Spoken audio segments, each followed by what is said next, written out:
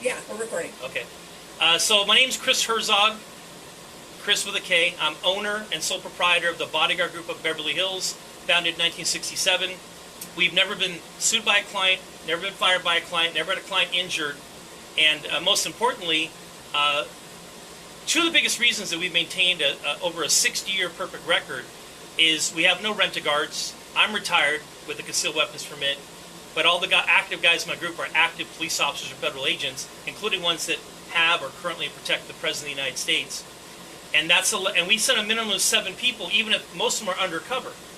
So we have a protective bubble around you, which is the current protective bubble system platform of a layered approach to security or personal protection. So if one doesn't work exactly as right, or one fails, there's 2, 3, 4, 5 guys right behind him. And this layered level of protection called the protective bubble is the reason the Secret Service have not had anyone injured since Reagan. And so I love that. Let's start there, because you've now seen the video. What yes. stands out to you in this video when you watch it? Well, several years ago, I got a brief call, and when they hear our minimum retainer is $25,000, the calls can be really brief. It's like, how much? And then they just drop the phone and hang up. So I said our minimum is $25,000. We said 7 guys, a lot of them undercover, sometimes undercover is paparazzi, so we could hear what the people near the paparazzi are saying, and we would have recognized Pajama Man from Singapore, because he's famous, and physically put 2 or 3 guys just on him, not even looking at him, just to follow him to stop him. But because she had a bunch of big, dumb rent-a-guards, and not off-duty professional police officers, Secret Service type experts, he ran up to her and got his arm over her shoulder, right up against next to her neck. All he had to do when he was doing that was stab her in the neck, and she would be dead. And this huge swath of these big dumb bodyguards who couldn't stop him from jumping over the barrier, couldn't stop him from running all the way up to her, full speed down the red carpet, could not stop him from putting his hand around her shoulder and neck where he could have easily cut her throat. They only responded after he did everything he needed to do to kill Ariana Grande. And I've had the same argument with every A-list celebrity on my website, that if you're not protected by a minimum of 7, with several undercover, you're putting yourself in a position in front of an unscreened crowd of people, not screened for a weapon, that will get you killed eventually. You're playing Russian roulette with your life. Well, it hasn't happened to me yet, so it can't happen. Well, it has happened. It just doesn't get a lot of publicity, but it has happened. Celebrities. In your opinion, sorry to cut you off, but in your opinion, would you say a red carpet like this might be one of the most dangerous places for a celebrity to be? Absolutely. Red carpets are a kill box. In the military, and I'm a U.S. veteran, all military, special operations, special forces veterans, infantry, airborne, ranger, etc., that are the tip of the spear, refer to this as a kill box. We know, the enemy knows where you're going to be, exactly where you're going to be, exactly what time you're going to be there, because it's been advertised in advance. So you're walking into the chosen place of killing, the kill box. It's the most dangerous place you can go, and it's always astonishing to me when people who represent people just like Ariana Grande and all the celebrities on my website, I argue with them, here's the Secret Service protective bubble layered approach to security, and they say, no, no, no, no, you might get in her shot. You might block her shot. You might interfere with her fans. We don't want her to look too protected. Celebrities have their heads completely up their butt when it comes to their own personal protection, because they pick the stupidest people you can possibly pick, many times publicists, who only care about their image. We don't give a shit about the image. We only care about keeping you alive, period, no excuses, as we've done for over 60 years since 1967. And you brought up a very good point about red carpets being so dangerous. The fact of the matter is, there has been other incidents where I've stood there and seen a bad guy on the red carpet get his gun stuck in his pocket. It just didn't make publicity because he didn't shoot anyone. But we were that close to him just going out of his pocket, but his gun got stuck. And that's the whole point. It's really interesting. I'm sorry to cut you off, but it's really interesting you talk about reactions and like how the security was late. But you know, one of her co-stars, Cynthia Erivo, was right there in it. For a celebrity to go and protect her friend on the red carpet, how brave is that? Does that surprise you that she did that? I saw that, and I congratulate her. If she ever wants to put in an application, our guys start at $200 an hour, which she probably won't. But the fact of the matter is, she didn't stop it either. Again, Pajama Man from Singapore got his arm over her shoulder, right up next to her neck, and could have done this and slit her throat, and all anyone around her would have done is watched her die. That's it. Nobody protected her. Her co-star did make a valiant effort after the fact, but nobody stopped him from doing exactly what he wanted to do.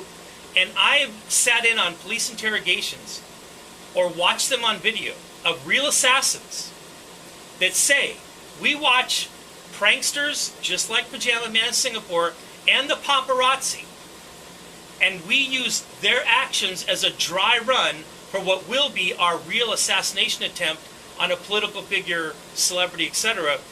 Last time I'll say this, I've had this argument with every celebrity on my website for the Bodyguard of Beverly Hills, and 99% of them do not listen. Absolutely. It seems like there's a fine line right now, what we're talking about, between accessibility with these celebrities and being safe, right? Why is it that, in your opinion, like, why is it that this is still getting pushed to the limit? Why is the accessibility important for these celebrities, even at the risk? It's the people in their life that are the stupidest possible people you could pick to make life or death decisions about your estate security, your personal security, your walking down the red carpet, Ariana Grande, Kim Kardashian, Taylor Swift type of security, is that the bodyguard never calls the shots. Now I do, because I'm the owner of the Bodyguard of Beverly Hills, and as the owner of the Bodyguard of Beverly Hills, I tell all my clients, even prospective clients up front, your publicist is not going to tell us where to stand. You're not going to tell us where to stand. The president doesn't tell the Secret Service where to stand. We're standing where we're standing to keep you alive, and anyone who doesn't have their head up their butt, whether it's the celebrity themselves, many have their heads right up their butt when it comes to their personal protection, or it's the people making their personal protection decisions, are so stupid. I've said these words at least 1,000 times. I've said to them sitting at the pre-meeting, right? The pre-planning meeting, and at the actor action review. The most dangerous person in this room, the person who's going to get you killed, your murderer, is sitting right there. Your publicist, your family, your friends, your management, because they think they know better than this guy who's protected the President of the United States and has tens of thousands of hours of actual experience and training, or this guy who currently protects the President, or this guy who's a SWAT member. All my guys are active police and federal agents, the same ones that come when you call 911, and you're using rentaguard.com, who gets minimum wage. Not only are they not going to save your life, they'll probably get you killed out of incompetence. And the response always is the same. Let's say this in a nicer way so I can actually air this. Let's say the people, sometimes, these big groups get hired, these security... Watch my comeback to what you want, you'll love it. Yeah. These security people get hired, right? And they have no training, they have no experience to do this, and there is no vetting when it comes to these. You want to ask a question and I'll answer it. I know what you want. You want to answer it, or you just want me to answer now? Go ahead. Well, that's a great question. The red carpet, the enemy, the bad guys consider that a kill box because they know exactly when and where you're going to be, and that 99% of the time the people along the red carpet, the fans, paparazzi, are not screened for a weapon. So that is exactly what happened to Ariana Grande, and a simple way to prevent it is to not do what most celebrities I know, 99% of the celebrities on my website for the Bodyguard group of Beverly Hills, they pick the people that have no idea what real security is or what it takes to achieve it. That's what I told Kevin Costner, and he used it in a movie. Now, last time I saw Kevin Costner as his bodyguard, we talked about that. And he agreed with me, and this was 20 years after the movie, this is several years ago, that most celebrities, period, don't control their own protection. And they use people for their protection who have no idea what real security is or what it takes to achieve it, and they try to make decisions, or they do make decisions, for the people that are supposed to be doing the protection, which, in my professional opinion, in my 40 years experience, is exactly what happened to Ariana Grande. That subject, Pajama Man of Singapore, who I know very well, ran up to her full speed, nobody stopped him. Put his arm around her shoulder up against her neck, no one stopped him. All he had to do was do this, and he could have fatally injured her with a sharp-edged weapon. Everyone reacted after he had done what he did, And I have watched the interviews of many potential assassins and assassins who told the interviewers, and I've seen this with my own eyes, that they use the paparazzi and fans as a dry run on how to defeat the protection for many A-list celebrities, including ones on my website. Let me ask you a quick question now. This will be the final question, and then it's such an interesting interview. I can't wait to have you back on. But do you think in the future, now that this has happened, we've seen tons and tons of this happening more and more often. There are a lot of stalkers, obviously, out there with Taylor Swift, all these big names. Do you think in the future there will be changes made at these for celebrities at these public events? Absolutely not.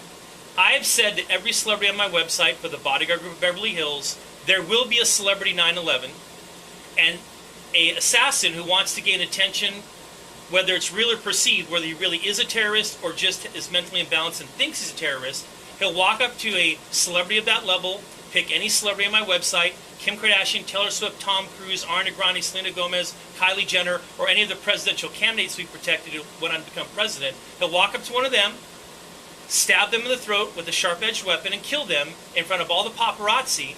And because of these poor procedures, and no one but us that I've ever seen in my 4 decades of experience, 40 years, uses the Secret Service protective bubble like we do. So they'll go up, they'll successfully kill a celebrity, top 10 celebrity, A-list celebrity, or presidential candidate, and it'll be the #1 news story for weeks and a follow-up news story for years. And that will be their goal, to gain attention for their cause, or because they're sociopath, psychopath, etc., to gain attention for themselves, just like the assassin of John Lennon, just like the assassin of Rebecca Schaefer. And Rebecca Schaefer doesn't get enough credit, God rest their souls, because she was on a hit TV show and had just been scheduled to go and do movies and everything else with huge stars, with Mark Harmon of NCIS and Pam Dauber acting as her chaperones, because she was on My Sister Sam with Pam Dauber, Mark Harmon's wife. And I'll never forget, in a billion years, hearing about this. And one of my guys that actually spoke to her before she was killed, he was doing protection on a TV set, and she said, this guy's stalking me and he keeps sending me pictures of his gun. Yet a PI, a dirty crooked PI, called people she knows and got her home address. He gave her home, the PI gave her home address to her killer. The killer came from Tucson, Arizona, walked up to her door, knocked on the door, and shot and killed her. Rebecca Schaefer doesn't get enough credit. God bless her. She should be a cautionary tale for the horrible, dangerous, and sometimes deadly mistakes made by A-list celebrities, including ones I've known for decades. And it will never change until we have our celebrity 9/11, and then it will change. Wow. Thank you so much, Mr. Herzog. I really appreciate this whole, really enlightening interview. Well, really before I retire, I'm going to publish my book. Yes. I hope to retire next year. I'll still be available as an emergency ones that call me. I just won't be the guy answering the phone anymore. Okay. I have the copyright to My True Hollywood Story by Kris Herzog, 700 pages. It's already getting a full book preview on the New York Times. And I'll tell you very, very plainly that... Sammy, you can stop recording, by the way. If you're still recording, you can stop recording. I'll copy that. Please don't stop. Just because Extra was very good to me last time, if you want to do an interview with me about my upcoming book and the fact that I own... See what this is? This is a police body camera that I own called the Axon. Axon is the same body camera used by every police department in the United States, every major department, right? The reason I own 14,000 Axon body camera videos, which I'm already in talks with a Hollywood producer to sell them as a reality show, Netflix, Hulu, Amazon, whoever. Oh, that's super smart. And what we do is after every bodyguard job, right, we all download our Axon body cameras, which I've been wearing for 14 years, and we review it as an after-action review. And what happens most of the time is we pick someone out, like Pajama Man in Singapore or any of these other crazy stalkers, and we say, you know what? Watch that guy. Watch what he's doing. Next time we see him, we're going to assign 3 guys to pretend they're paparazzi and just walk around with him so he cannot do what Pajama Man did. And it's happened several times, at least, I don't want to say hundreds, but at least over 100 times, where I've assigned people to follow around someone we perceived as dangerous. Wow. As that person started to run at our celebrity, he got tackled immediately, didn't get anywhere near him. Because we were already looking for him, reviewing our Axon body cameras.